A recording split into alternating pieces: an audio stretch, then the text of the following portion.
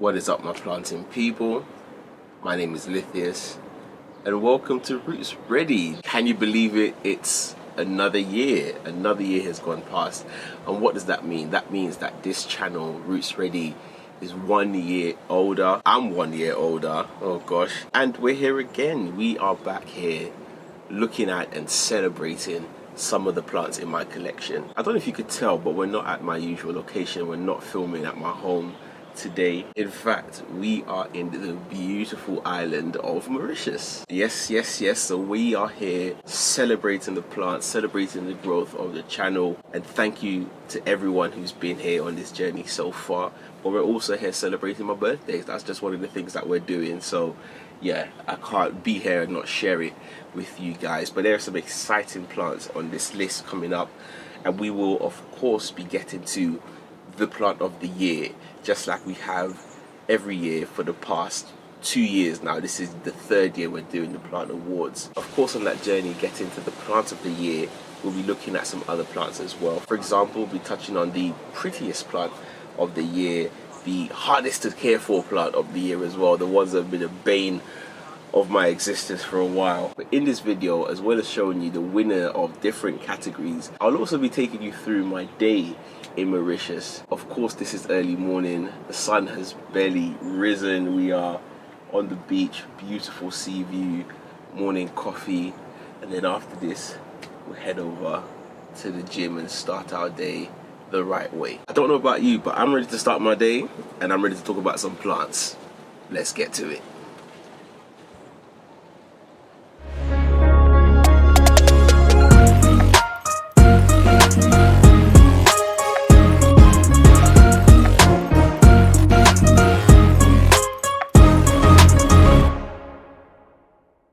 First category that we're looking at is my newest plant. Just before I left the UK, my last day of work, my work colleagues were kind enough to give me my birthday present, an early birthday present. And what plant is that, I hear you asking? And it's none other than the Calathea rattlesnake. Bless my work colleagues, love them all. But I don't think they know that the rattlesnake is probably one of the hardest plants to care for.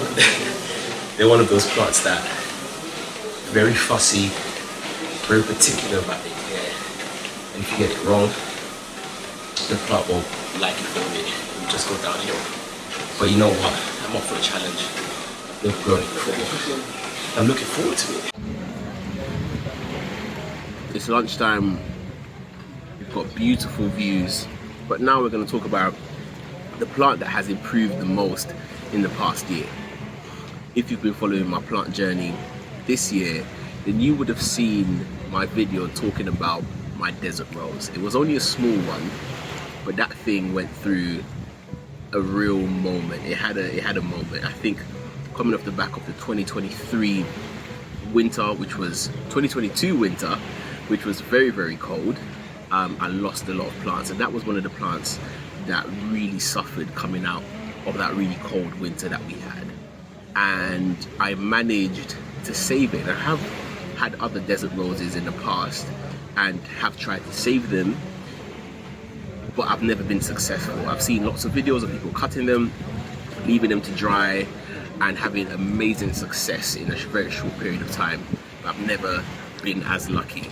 However, with this one, it was a really beautiful one that when it's matured starts to put out some flowers and stuff. It's going to look amazing. So I was really keen on keeping this one alive, and unfortunately started to die back, started to rot from the bottom. Unpotted it and helped it to recover, and it has since gone on to do some amazing growth. It has rerouted itself. It has amazing new leaves on it, albeit it's winter again, and these plants tend to go into their dormancy period during the winter months. So it's starting to lose a few leaves, but it's doing absolutely fine. The base of the plant is solid as you would like it to be, and it's doing really, really well. So it's one that I'm really looking forward to growing. And for all of those reasons, that is why the desert rose is my most improved plant for 2023. The next category that we're going to be looking at is the hardest plant to care for. Thinking back on it, there have been a few plants I've had some difficulty with this year. And I think that's probably to do with the change in the style of care that I'm providing to my plants. I'm trying not to baby them. I'm trying to treat them as they would be treated in the wild. I find that when you cradle a plant too much, in my experience, sometimes things tend to go wrong more than they go right. I've experienced that with, for example, my Anthurium regal. I tried super hard to revive that plant, put it on a heat mat, and I tried to do all these things, and in fact it just died. And then when I just said, you know what, forget about it, stuck it in a bag, in a pot, put it in my grow tent and completely forgot about it, the plant is now doing really, really well. However, there's still one or two plants that no matter what I do with that baby in, trying to really look after it and leaving it on its own to do its own thing, it's still proven to be quite difficult.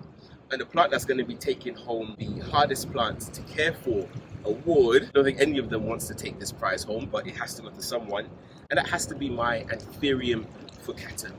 It is a plant that I've wanted for so long. I've seen it on other channels, especially Lacuna La Planta. His furcatum is something crazy. The lobes on it, it's a beautiful plant when it wants to grow, and it grows very well.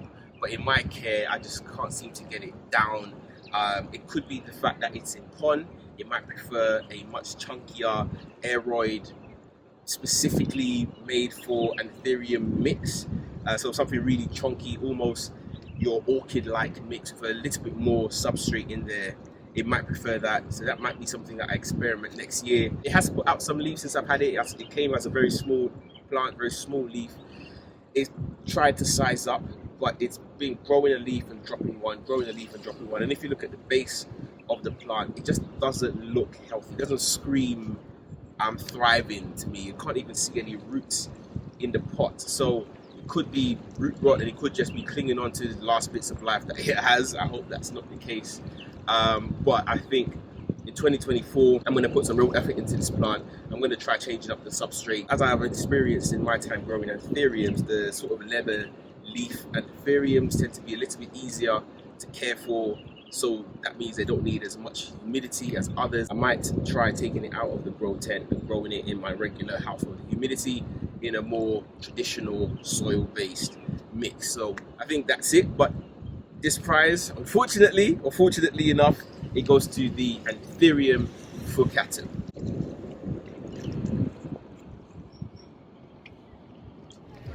So thinking about the prettiest plant, this one actually took me a while to pick one. I think there's so many gorgeous plants, and for so many different reasons I can pick various plants. So for example, I have plants that are just gorgeous because of their sizes. Looking at the Anthurium magnificum cross regal, that is a beautiful plant to me.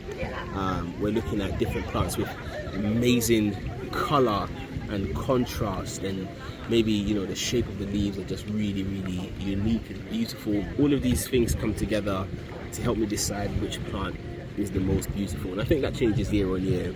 It changes day on day, depending on how I'm feeling, depending on how the plant is doing, if it's got a new leaf. So this one is a bit more fluid. But for 2023, I think my most beautiful plant for this year has to be the Hoya Wilbur Graves. An absolutely stunning plant. The variegation is beautiful. Some of the leaves are almost 50-50 variegated, so one half will be white and the other half will be green. Some of the leaves are beautifully speckled with variegation. Some of the leaves also have just a little bit of sun stressing, and that, in my opinion, makes it even more beautiful, because you can see just the slight pink hues and tinges that just makes the plant absolutely gorgeous. And what else I love about this plant is just the sheer size of it. It's grown so well, so big, and considering that this was only just a cutting, I think it was like a 2-leaf cutting when I got it, and I hope you will agree that for 2023, the Hoya Wilbur Graves is certainly the most beautiful plant in my collection.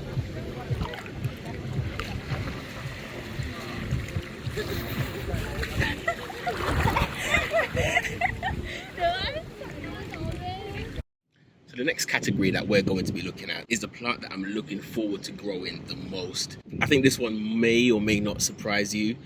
if you have been following my journey for the past year, I would have already mentioned this plant a couple of times. And before I tell you what plant it is, I'm going to give you a little bit of its journey, its background, and that will hopefully give you an idea or give you the reason why I'm selecting this plant to be my plant that I'm looking forward to growing the most in 2024. So the reason why I'm looking forward to this plant is because I grew this plant from seed, from a very baby. So I hand pollinated the mother plant. I then cared for it whilst the inflorescence was growing and producing the seeds. I handpicked the seeds, I germinated them, and I grew it from a seedling into what is a beautiful plant. And I won't keep you waiting any longer. That plant is my forgetii, my Anthurium forgetii. Now this one is extra special because I have grown quite a few. I was quite lucky, had a very good yield. I think I probably ended up with over 50 plants, and most of them are gone, if not all of them, but I held on to this particular plant because of the interesting traits that it had. Now this plant, unlike the other Anthurium forgetii, which I should add, these were all pollinated by the same plants. I had an inflorescence first grow out, it collected the pollen. I had no pollen to pollinate it with, so that died, and then when the second one came out, I used the same pollen from that plant, from the mother plant, to pollinate itself. So when you do that, sometimes you get some mutations in the plant. And this one, I had about 4 of them out of the batch that came out with these weird bolate leaves, like super bolate leaves, like they're very bumpy and looks very interesting. And I kept the one that I thought looked the most interesting of them all. The rest I've now sold on. And it has continued to produce leaves that are super textured and bumpy and bolate, and it's only small and it keeps growing. It's a very strong grower. I'm currently growing it in moss, but I honestly think that as this plant grows and matures, the leaves are going to look incredible. It gives me Anthurium luxurian vibes because of that texture. Obviously it is a velvet leaf Anthurium, and for that reason this plant is the one I'm looking forward to growing the most in 2024, because I think it's going to size up very quickly, and by this time next year it could potentially be a forerunner for the Plant of the Year award. So for that reason, the Anthurium forgetii has to take home the award for the plant I'm looking forward to growing the most in 2022.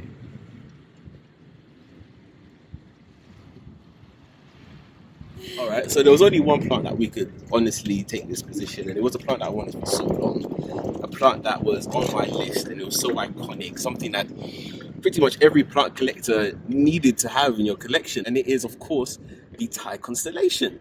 Bought the plant, it was a really brave purchase of me. It was only one leaf cutting, it was very well rooted, to be fair.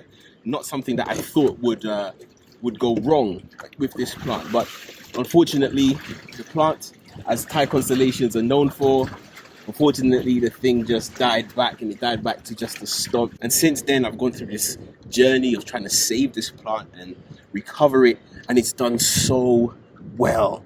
You know, the first leaf that I had, that in itself was a massive accomplishment to get it this far, and then since then it's just continued to grow and it's done so well. Of course, with this plant I have to make sure that I'm really careful with how I water it, make sure that it's not watered too much and that it doesn't go through the same process again of root rot and what have you. It's doing so well now. I think we've got 1, 2, 3, 4, about 4 leaves on there, 2 semi-mature leaves that just look absolutely phenomenal. Of course, there's still a bit of nerves in terms of, is it gonna die again?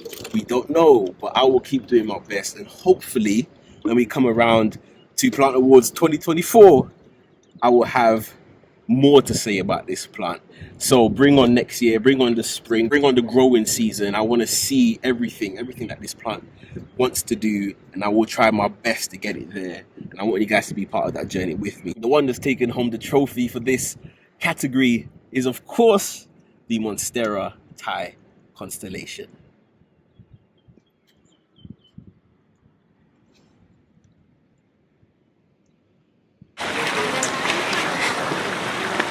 Okay, so the main event, the one that you've all been waiting for, this is the Plant of the Year.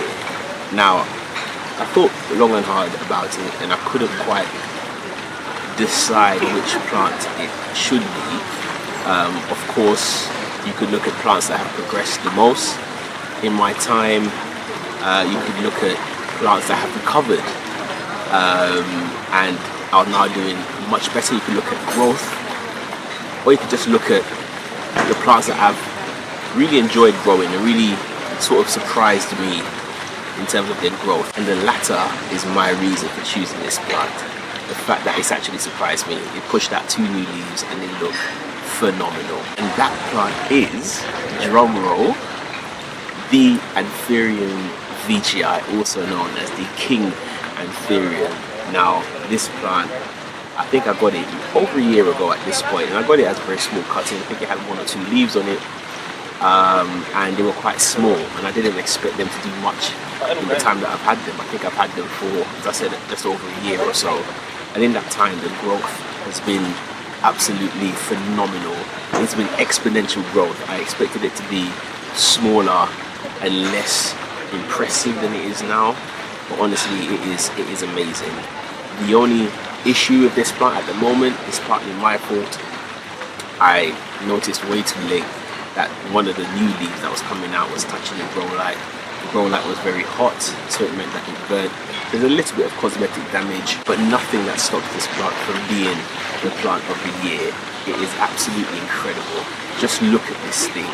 The veins, the crevices, the size of the leaf. What I also like about this plant is that although it is one of the rarer plants, it's really easy to look after. And I would dare say the easiest Anthurium to look after, even despite the burn. It's a little bit discolored. Other plants, especially Anthuriums, would be completely damaged. That leaf would have fallen off by now. The plant is still holding on to it. It's very strong, and who knows what the future holds. I remember this year we almost had an inflorescence. It was the first one that this plant had. Sadly, that didn't make it all the way through. In fact, it fell off before it even hardened. But you know, we'll wait until the next one. What it did instead was put all of this energy into these 2 beautiful, amazing leaves. When I compare mine to other people's Anthuriums, especially Pacuna laplanta, his King Anthurium is crazy. I think mine's gonna get there very, very soon. So we could have some healthy competition going on there. But it's a great plant, and I hope you agree and see why this plant is taking home the Plant of the Year award. So that's it. That brings us to the end of a day in Mauritius, and what a way to end it. It also brings us to the end of another annual Plant Awards 2023. I'm looking forward to 2024 with all of you guys. Thank you to everyone who supported me throughout this year. I want to give a couple of shout outs to a few people that I've done a few collabs, I've showed love and support this year. Firstly, I'd like to thank Lee from Kill This Plant. We did a little bit of a skit on his channel. Thanks so much for that. Luca from Rocky Fern as well. Thank you for the shout out. I really do appreciate it. Big love to Emma from Good Growing and Lisa from the Instagram page Happy Plant Collector for organizing the Another Plant Swap events. Those are fantastic. Made a lot of planty friends over there, so it was a blast to be there. So thank you so much for putting those on. Carrie, great planty friend who we always stay in contact on Instagram, sends me loads of plants. We do a lot of trades. Thank you so much for being just a great person. And everybody else who I've connected with and chatted with on Instagram, and all the other people who are regularly commenting on my videos. I see you, I appreciate you. Thank you so much for being just the best audience that I could ask for. Thank you so much. I also want to thank some of the companies that have worked with me over this year. It's my first year doing collabs and stuff like that, so huge thanks to Sansi for sending me some grow lights. That was amazing. Thank you so much. My plants love it. Soil Ninja and everyone over there, Amy especially, just amazing people, so nice, just the best people that you could ever wish to work with. And also the guys over at Rain Point as well, fantastic group of people. So to everybody who's made this journey fun, enjoyable, just thank you so much. So as I said, I'm looking forward to 2024 with all of you guys. Signing off. here in Mauritius, and as always, keep planting.